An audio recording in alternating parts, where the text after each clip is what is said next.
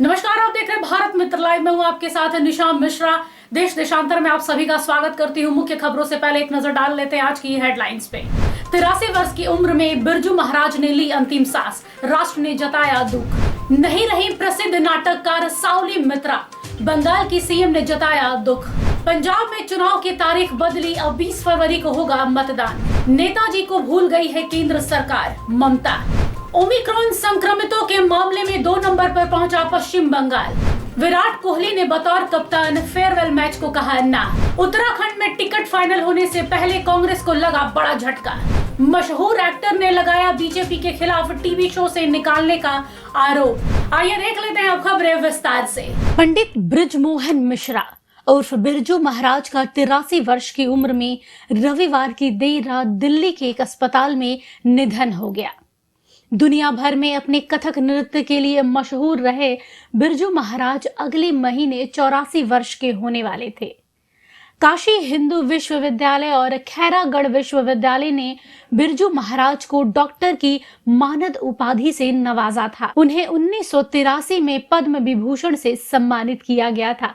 इसके साथ ही बिरजू महाराज को संगीत नाटक अकादमी पुरस्कार और कालिदास सम्मान से भी सम्मानित किया गया था। महान कथक नृत्यक बिरजू महाराज के अचानक हुए निधन पर उनकी पोती रागिनी महाराज ने बताया है कि पिछले 1 महीने से उनका इलाज चल रहा था। बीती रात वे रात के भोजन के बाद अंताक्षरी खेल रहे थे, तभी उन्हें अचानक सांस लेने में तकलीफ होने लगी। हम उन्हें अस्पताल लेकर गए और उन्हें बचाया ना जा सका।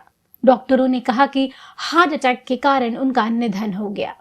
वहीं बिरजू महाराज को श्रद्धांजलि देने वालों में देश के प्रधानमंत्री नरेंद्र मोदी, पश्चिम बंगाल के राज्यपाल जगदीप धनखड़ समेत फिल्म जगत व खेल जगत के लोगों ने बिरजू महाराज को नम आंखों से श्रद्धांजलि दी है।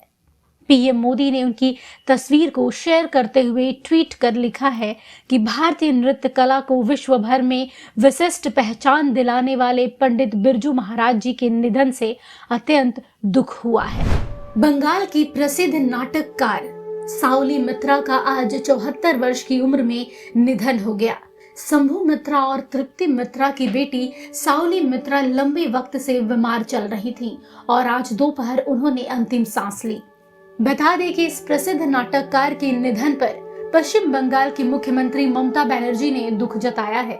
मुख्यमंत्री ममता बनर्जी ने उनके निधन पर शोक जताते हुए कहा है कि मैं बंगाली नाटक की एक प्रमुख हस्ती और प्रख्यात मंच कलाकार साउली मित्रा के निधन से बहुत दुखी हूँ।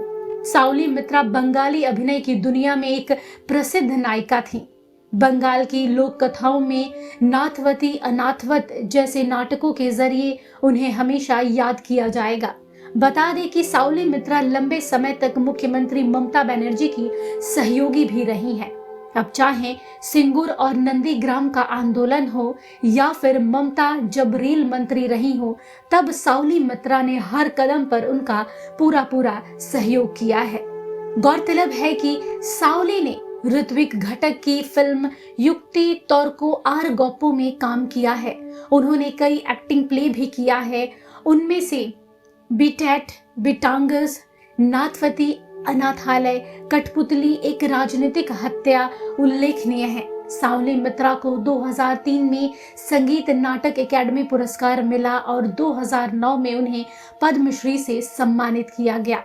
अभिनय में उनके आजीवन योगदान के लिए 2012 में बंग विभूषण से उन्हें सम्मानित किया गया। वहीं 2014 में दीनबंधु पुरस्कार से साउली मित्रा को सम्मानित किया गया था। पंजाब विधानसभा चुनाव की तारीख को आखिरकार चुनाव आयोग ने बदल ही दिया। अब पंजाब में 14 फरवरी की जगह 20 फरवरी 2022 को होगा मतदान। बता दें कि इस मसले पर चुनाव आयोग ने आज यानी सोमवार को एक अहम मीटिंग की। इस मीटिंग में सीएम रणजीत सिंह चन्नी, बीजेपी और पंजाब लोक कांग्रेस पार्टी के पत्र पर मंथन किया गया। सभी पार्टियों ने चुनाव आयोग को पत्र लिखकर 16 फरवरी को गुरु रविदास जयंती को देखते हुए मतदान की तारीख को आगे बढ़ाने की मांग की थी।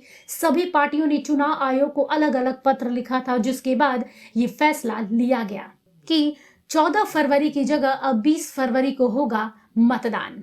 गणतंत्र दिवस समारोह में पश्चिम बंगाल के टैबलो को शामिल न किए जाने की बहस में एक नया आयाम जुड़ गया है। इस विषय पर बंगाल की ओर से बीजेपी नेता तथागत राय ने केंद्र से अपील करते हुए प्रधानमंत्री से अपील की है कि नेताजी के विषय पर पश्चिम बंगाल की झांकी के प्रदर्शन की अनुमति दे। गौरतलब है कि नेताजी की झांकी को अनुमति न दिए जाने को लेकर मुख्यमंत्री ममता बनर्जी ने भी प्रधानमंत्री को पत्र लिखकर फैसले पर पुनर्विचार करने का अनुरोध किया था। साथ ही मुख्यमंत्री ममता बनर्जी का मानना है कि बंगाल के टैबलो को रद्द करने का मतलब है इतिहास का अनादर करना।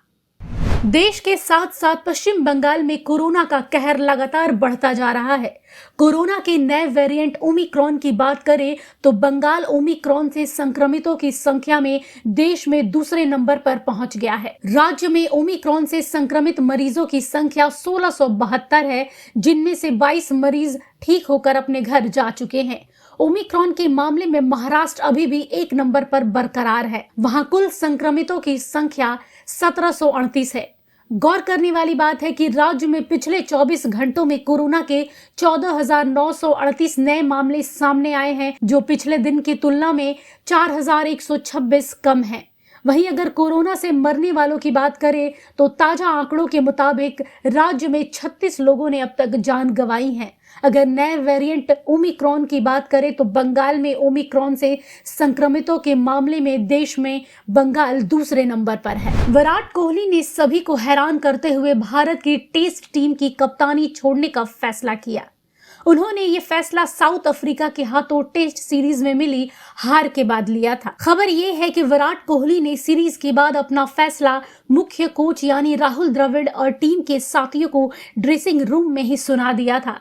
उन्होंने कप्तानी छोड़ने की बात बीसीसीआई को भी बताई थी। कोहली चाहते तो कप्तान के तौर पर अपने सफर का अंत बेहतरीन तरीके से कर सकते थे, लेकिन उन्होंने इसके उलट फैसला लिया। मीडिया रिपोर्ट के मुताबिक बीसीसीआई के एक सीनियर अधिकारी ने कोहली को बतौर टेस्ट कप्तान फेयरवेल मैच की पेशकश की थी, लेकिन कोहली ने इसे ठुकराते हुए कहा कि एक मैच से कोई अंतर नहीं पड़ेगा, मैं ऐसा ही हूँ। अब कोहली की मन की बात तो कोहली ही जाने। उत्तराखंड में चुनाव से पहले कांग्रेस को बड़ा झटका लगा है और महिला कांग्रेस की प्रदेश अध्यक्ष सरिता आर्य बागी होकर बीजेपी में शामिल हो गई हैं। बता दें कि सरिता आर्य नैनीताल सीट से 2012 में विधायक रह चुकी हैं और इस सीट से टिकट का दावा कर रही थी, लेकिन यशपाल आर्य के बेटे संजीव आर्य के कांग्रेस में शामिल होने के बाद उनकी दावेदारी कमजोर होती नजर आई। लिहाजा उन्होंने पिछले दिनों ही कांग्रेस आलाकमान को महिलाओं को टिकट न देने को लेकर घेरा था। वहीं अब सरिता आर्य का बीजेपी में आना कांग्रेस के लिए बड़ा झटका माना जा रहा है। सरिता आर्य को बीजेपी के प्रदेश अध्यक्ष मदन कौशिक ने देहरादून में उन्हें पार्टी की सदस्यता दिलवाई। सरिता आर्य के साथ ही कांग्रेस महिला प्रदेश उपाध्यक्ष रेखा बोरा गुप्ता और वंदना गुप्ता ने भी बीजेपी का दामन थामा। इसे कांग्रेस के लिए बड़ा झटका माना जा रहा है। मराठी टीवी इंडस्ट्री के मशहूर अभिनेता किरण माने ने अपने एक बयान में आरोप लगाया था कि भारतीय जनता पार्टी के खिलाफ बोलने के कारण उन्हें स्टार प्रवाह चैनल के टीवी शो मुलगी छाली हो से निकाल दिया गया है। हालांकि अब चैनल के द्वारा इस पर स्पष्टीकरण दिया गया है। चैनल ने अपना एक बयान जारी करते हुए कहा है कि मुलगी झाली हो शो में विलास पाटिल का किरदार निभाने वाले अभिनेता किरण माने द्वारा लगाए गए सभी आरोप निराधार है, मनगढ़ंत है और यह दुर्भाग्यपूर्ण है कि इस तरह के आरोप लगाए गए हैं। वहीं प्रोडक्शन हाउस ने यह पुष्टि की है कि मिस्टर माने को शो से बर्खास्त करने का निर्णय शो में कई सह कलाकारों और विशेष रूप से शो में काम करने वाली महिला कलाकारों के साथ दुर्व्यवहार करने के कारण लिया गया है। उनके सह कलाकार, निर्देशक और शो के अन्य यूनिट सदस्यों द्वारा उनके अपमानजनक और आक्रामक व्यवहार के खिलाफ कई शिकायतें की गई थी। आज के लिए देश देशांतर में बस इतना ही। कल आपसे फिर मुलाकात होगी, तब तक भारत मित्र लाइव की अपडेटेड न्यूज देखते रहिए। नमस्कार। अगर आपको हमारा ये वीडियो अच्छा लगा तो इसे लाइक करें, शेयर करें और हाँ, सब्सक्राइब करना ना भूलें।